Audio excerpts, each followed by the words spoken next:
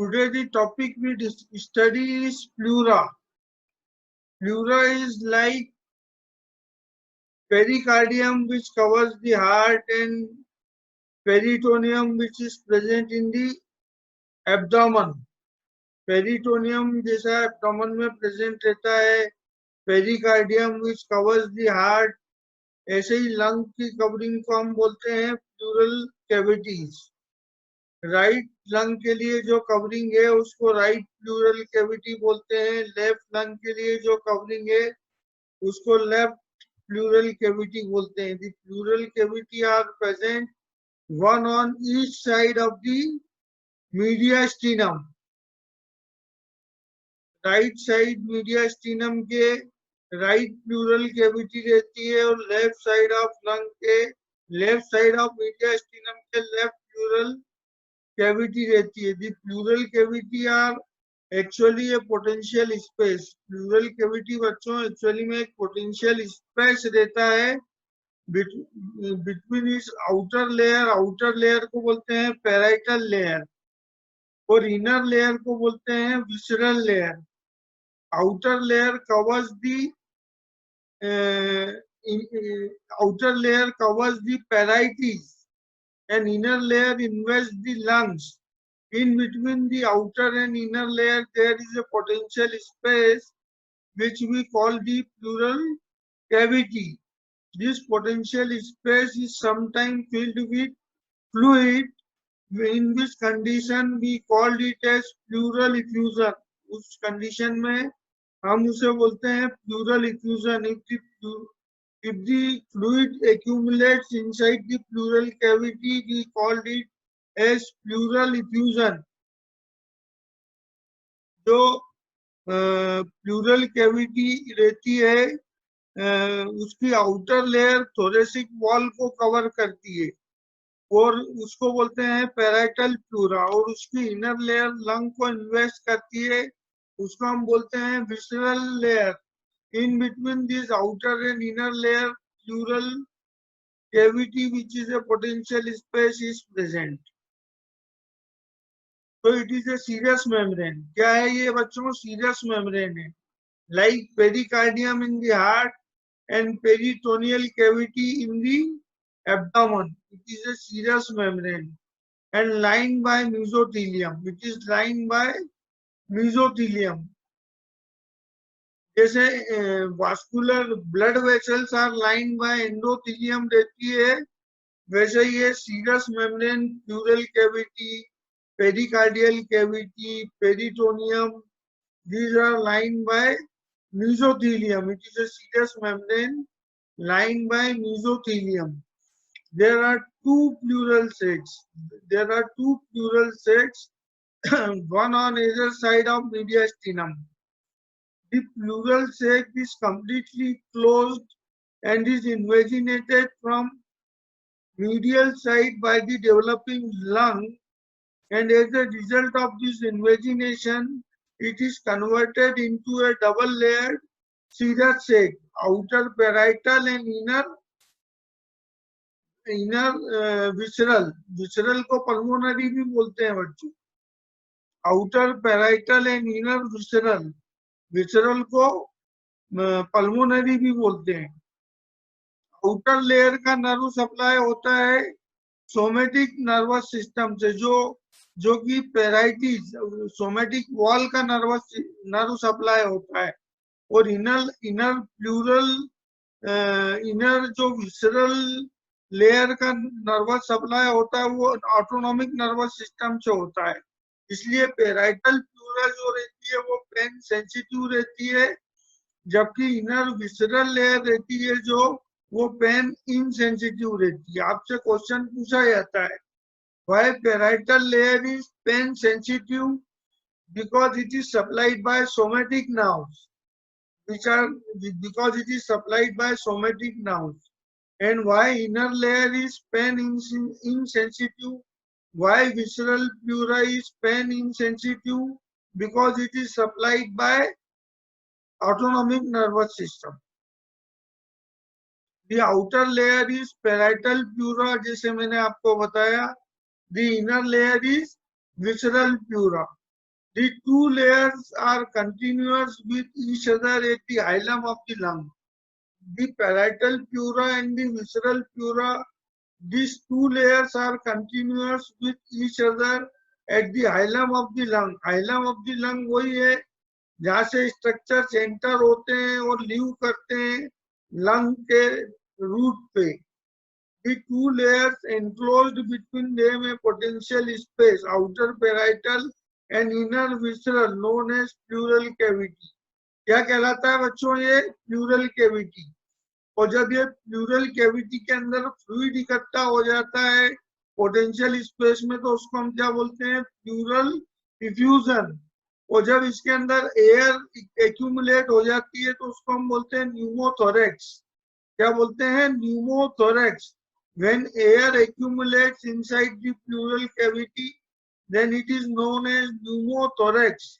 Pneumothorax condition में क्या होता है? जिस साइड में एयर एंटर होती है due to any trauma in the chest, when air accumulates in the pleural cavity, एक जिस साइड में pleural cavity के अंदर एयर एंटर हुई उस साइड का लंग कोलैप्स होने लगता है और एयर एंट्री लगातार बनती रहती है. न्यूमोथोरेक्स प्रोग्रेसिवली बढ़ता रहता है तो वो लंग कोलैप्स होता जाता है और दूसरी तरफ का लंग कंप्रेस होता है. एक तरफ कोलैप्स होता है लंग और अपोजिट लंग कंप्रेस होता है. This condition is known as tension pneumothorax. क्या कहलाता है ये कंडीशन? Tension pneumothorax. क्योंकि एक तरफ से एयर एंट्री कर रही है प्लूरल कैविटी के अंदर तो वो लंग कोलैप्स होता जा रहा है. दूसरी तरफ का लंग में कॉम्प्रेशन हो रहा है क्योंकि मीडियास्टिनल शिफ्ट हो रहा है और उस तरफ लंग का कॉम्प्रेशन हो रहा है. उसको बोलते हैं टेंशन न्यूमोथोरेक्स. ऐसे ही बेटा यदि प्लूरल कैविटी के अंदर ब्लड इकट्ठा हो रहा है तो उसको बोलते हैं हीमोथोरेक्स. Pneumothorax is a condition. Hemo means blood. Hemo means blood. When blood accumulates inside the pleural cavity, then the condition is known as hemothorax. Hemothorax. And when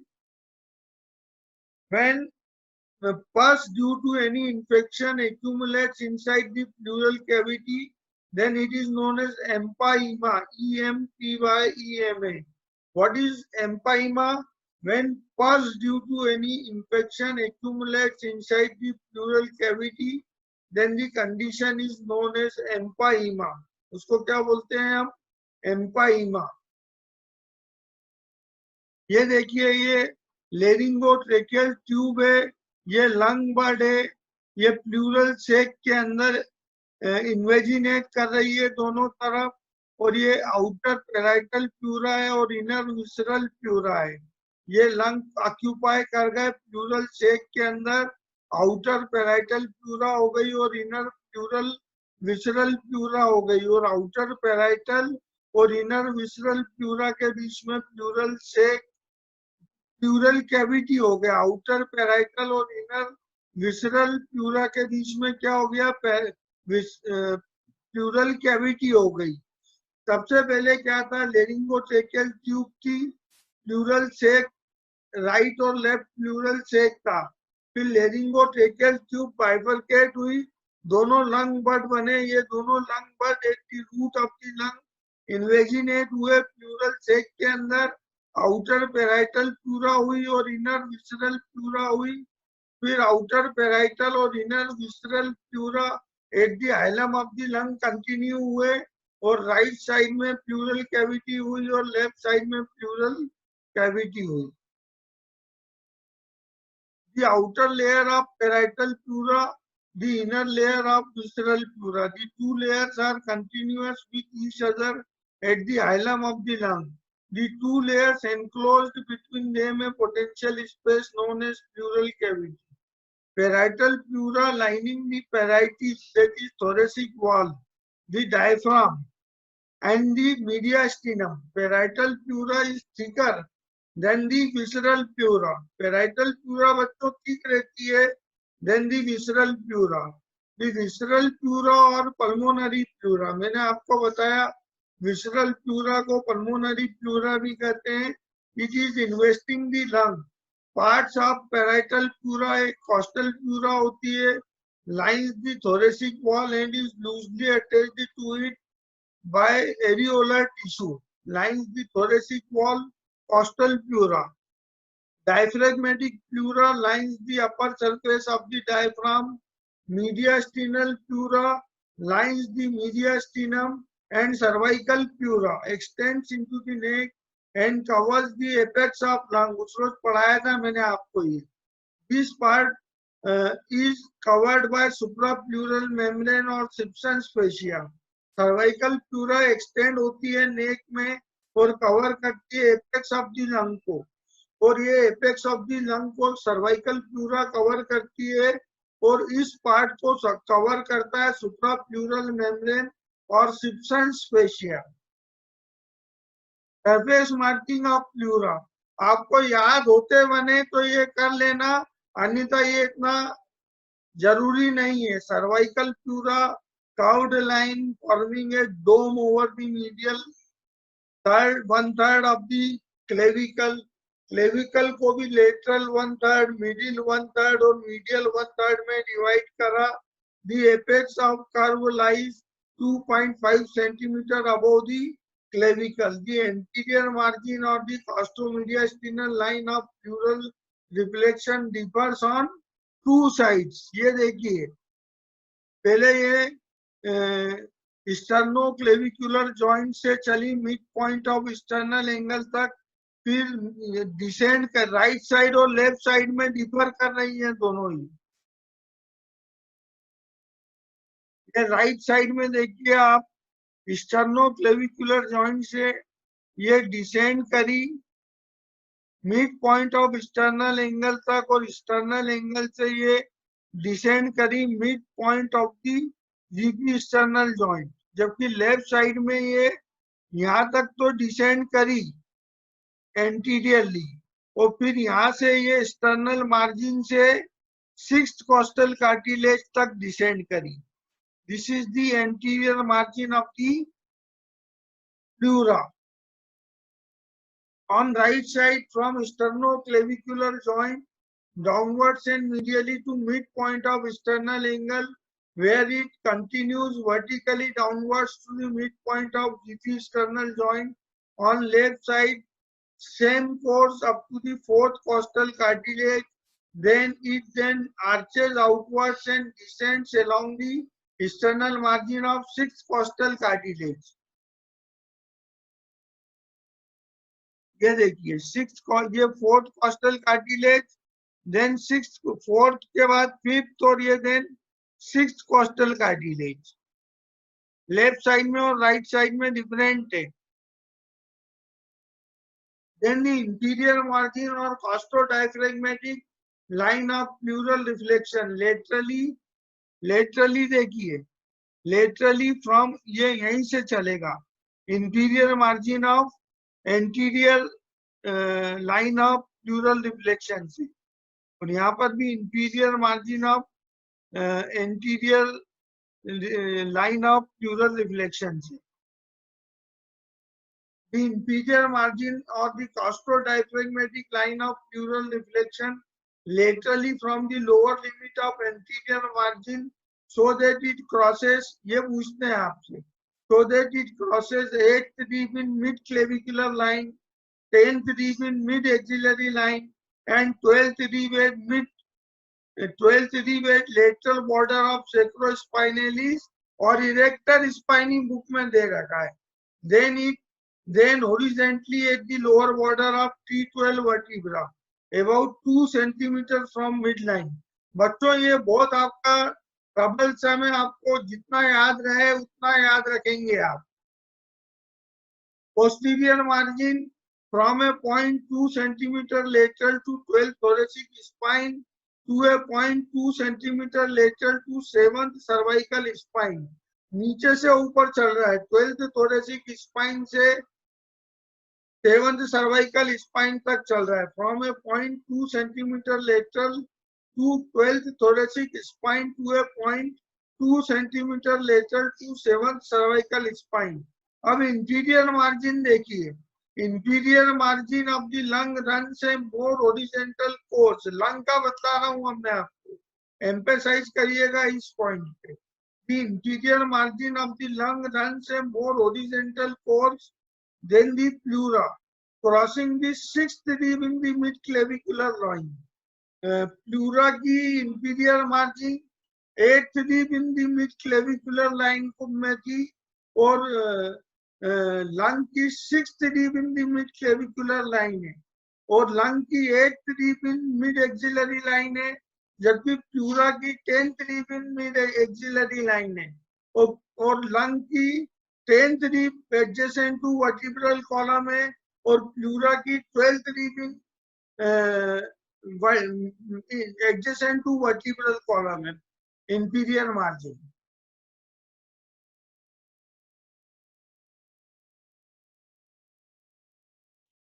The inferior margin or costodiaphragmatic line of pleural reflection laterally from lower limit of anterior margin so that it crosses 8th rib in mid-clavicular line, 10th rib in mid-axillary line, and 12th rib at lateral border of sacrospinalis. ये pleura का है, 8th in mid-clavicular line, 10th in mid-axillary line, and 12th in lateral border of sacrospinalis, 8th in mid-clavicular line.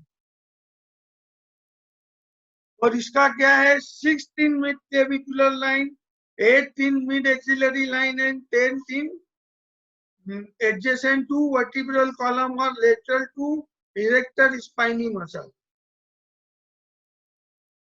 A pulmonary ligament. What is pulmonary ligament and its functions? It is parietal pleura, outer layer of the inner visceral pleura रहती है, inner और outer layer of the outer layer जो रहती है वो parietal pleura रहती है, which surrounds the root of lung, which hangs down as a fold called pulmonary ligament. Pulmonary ligament क्या होता है, इसका फंक्शन है, it provides dead space into which veins of the lung can expand when venous return increases. ये dead space provide करता है बच्चों, when venous return of lung expand होता है, venous return increase होता है, तो डेड स्पेस प्रोवाइड करता है, it provides the dead space into which veins of the lung can expand when venous return increases, and because of it lung root can, ये देखिए pulmonary ligament, इसमें lung root can expand, lung root can descend when with the descent of diaphragm. मैंने आपको जब बताया था respiration में vertical diameter कब बढ़ता है, जब डिसेंड ऑफ डायफ्राम होता है, और इंक्रीज वीनस रिटर्न कंडीशन में भी ये डेड स्पेस प्रोवाइड करता है, पल्मोनरी लिगामेंट. अब recesses of pleura, these are folds of parietal pleura, again these are folds of parietal pleura. ये pulmonary ligament, ये भी parietal pleura है. Recesses of pleura, these are again folds of parietal pleura, which act as reserve spaces into which lung can expand during deep inspiration. They are as costomediastinal recess present in cardiac notch of left lung anteriorly. Cardiac notch मैंने बताया था आपको left lung में रहती है, जो कि pericardium और हार्ट को कवर नहीं करती है लेफ्ट साइड में, and it is A area of superficial cardiac dullness. तो कास्टोमीडियास्टिनल recess present in cardiac notch of the left lung anteriorly. Between costal and mediastinal pleura and diaphragmatic recess, costomediastinal recess and diaphragmatic recess on both sides inferiorly between costal and diaphragmatic pleura. Parts of lung not covered with visceral pleura are at hilum, कौन कौन से part of lung रहते हैं which are not covered with visceral pleura, यानी pulmonary pleura? First तो hilum and along attachment of pulmonary ligament where it is continuous with parietal pleura. ये पूछते हैं बच्चों आपसे, parts of lung not covered with visceral pleura are it first तो है hilum and along attachment of pulmonary ligament where it is continuous with parietal pleura. Narrow supply of pleura. Parietal pleura pen sensitive. क्यों है pen sensitive? Because it is supplied by somatic nerves, intercostal nerves and phrenic nerves. कौन कौन सी nerve supply करती है parietal pleura को? intercostal nerves and phrenic nerves. ये और visceral pleura pain insensitive, इसको pain sensation नहीं है because it is supplied by sympathetic nerves from T2 segment of the spinal cord up to the T5 segment of the spinal cord. It is pain insensitive. Autonomic nervous system supply करता है. Then arterial supply of pleura. Parietal pleura is supplied by intercostal arteries.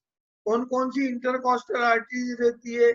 Anterior intercostal arteries, branches of internal thoracic artery, musculophrenic artery, posterior intercostal artery, branches of descending thoracic aorta, और first to spaces में बताया था मैंने, these are branches of superior intercostal artery which is branch of costocervical trunk from first part of subclavian artery, internal thoracic artery and musculophrenic artery. Arterial supply of pleura कौन कौन सी artery है? parietal pleura, intercostal arteries, internal thoracic arteries. internal thoracic artery का दूसरा नाम बच्चों internal mammary artery भी है, internal mammary artery. And musculophrenic artery. Musculophrenic artery again it is a branch of internal thoracic artery. Internal thoracic artery in the sixth intercostal space divides into musculophrenic artery and superior epigastric artery. कौन सी intercostal space में internal thoracic artery divide होती है? Superior epigastric artery और मस्कुलोफ्रेनिक artery में in the sixth intercostal space. Then visceral pleura. Visceral pleura is supplied by bronchial arteries. It is supplied by bronchial arteries. Then lymphatic drainage of pleura. Parietal pleura. Lymphatics drain into intercostal. From the parietal pleura, lymphatics drain into the intercostal lymph nodes, internal mammary lymph nodes, mediastinal lymph nodes and diaphragmatic lymph nodes. कौन कौन से lymph nodes में lymphatic drainage of pleura होता है? parietal pleura का होता है lymphatic drainage into intercostal, internal mammary, mediastinal and diaphragmatic lymph nodes. From visceral pleura drained into bronchopulmonary lymph nodes. Visceral pleura का lymphatic drainage कहाँ होता है बच्चों? Drained into bronchopulmonary lymph nodes. जिस रीजन की एनाटॉमी पढ़ते हैं हम उसके रीजनल टर्म्स ही आते हैं, रीजनल नॉमेनक्लेचर ही आते हैं. अब न्यूमोथोरैक्स आप अच्छे से समझ गए होंगे. What is pneumothorax? It is produced by the presence of air in the pleural cavity. It is produced by the presence of air in the pleural cavity. अब आप पूछेंगे sir pleural cavity is a potential space between the outer parietal and inner visceral layer. तो air कहाँ से आ गई pleural cavity? कोई cut लग गया, कोई ट्रॉमा हो गई, कोई इंजुरी हो गई, तो एयर की एंट्रेंस हो गई pleural cavity के अंदर. So it is produced by the presence of air in the pleural cavity and the condition is known as pneumothorax. तो उसका कोई ट्रीटमेंट नहीं लिया तो एयर आते गई pleural cavity में, आते गई तो जिस तरफ से एयर आ रही है उस तरफ का लंग कोलैप्स होते गया, उस तरफ का लंग कोलैप्स होते गया तो मीडियास्टिनल शिफ्ट हुई और दूसरे तरफ का लंग कोलैप्स होता गया और उसको बोलते हैं tension pneumothorax which is a medical emergency, which is a tension pneumothorax is a medical emergency. अब what is haemothorax? What is hemo means blood. It is produced by the presence of blood in the pleural cavity. Hemo means blood. So hemothorax is produced by the presence of blood in the pleural cavity. And what is empyema? It is accumulation of pus in the pleural cavity. Empyema किसको बोलते हैं बच्चों? It is accumulation of pus in the pleural cavity.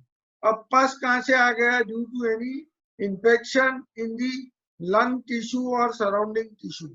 Accumulation of pus in the pleural cavity is known as empyema. A collection of fluid in the pleural cavity is called pleural effusion. What is pleural effusion? Pleural effusion is collection of fluid in the pleural cavity. It is called pleural effusion. अब ये एक condition है, clinical condition. What is Max syndrome? MEIG apostrophe S. What is Max syndrome? It is a triad of. Triad मतलब तीन चीज का इसमें characteristic होती है, तीन चीज का इन्वॉल्वमेंट होता है. First is ovarian fibroma. First is ovarian fibroma. Ovarian fibroma is benign tumour of ovary. Tumour मतलब मेलिग्नेंट ट्यूमर भी हो सकता है और बिनाइन ट्यूमर भी हो सकता है. Tumour means excessive growth of A organ. Benign means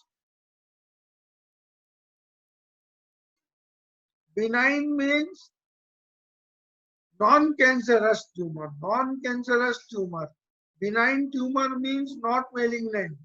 Benign tumor of ovary is ovarian fibroma. Then ascites. Ascites बोलते हैं means collection of fluid in the peritoneal cavity. Is a collection of fluid in the pleural cavity को हम बोलते हैं pleural effusion. क्या बोलते हैं? Pleural effusion. ऐसे ही ascites बोलते हैं फ्लूइड इन पेरिटोनियल कैविटी, उसको बोलते हैं ascites. पढ़ेंगे हम एब्डोमेन के साथ. And right sided pleural effusion. Right sided pleural effusion.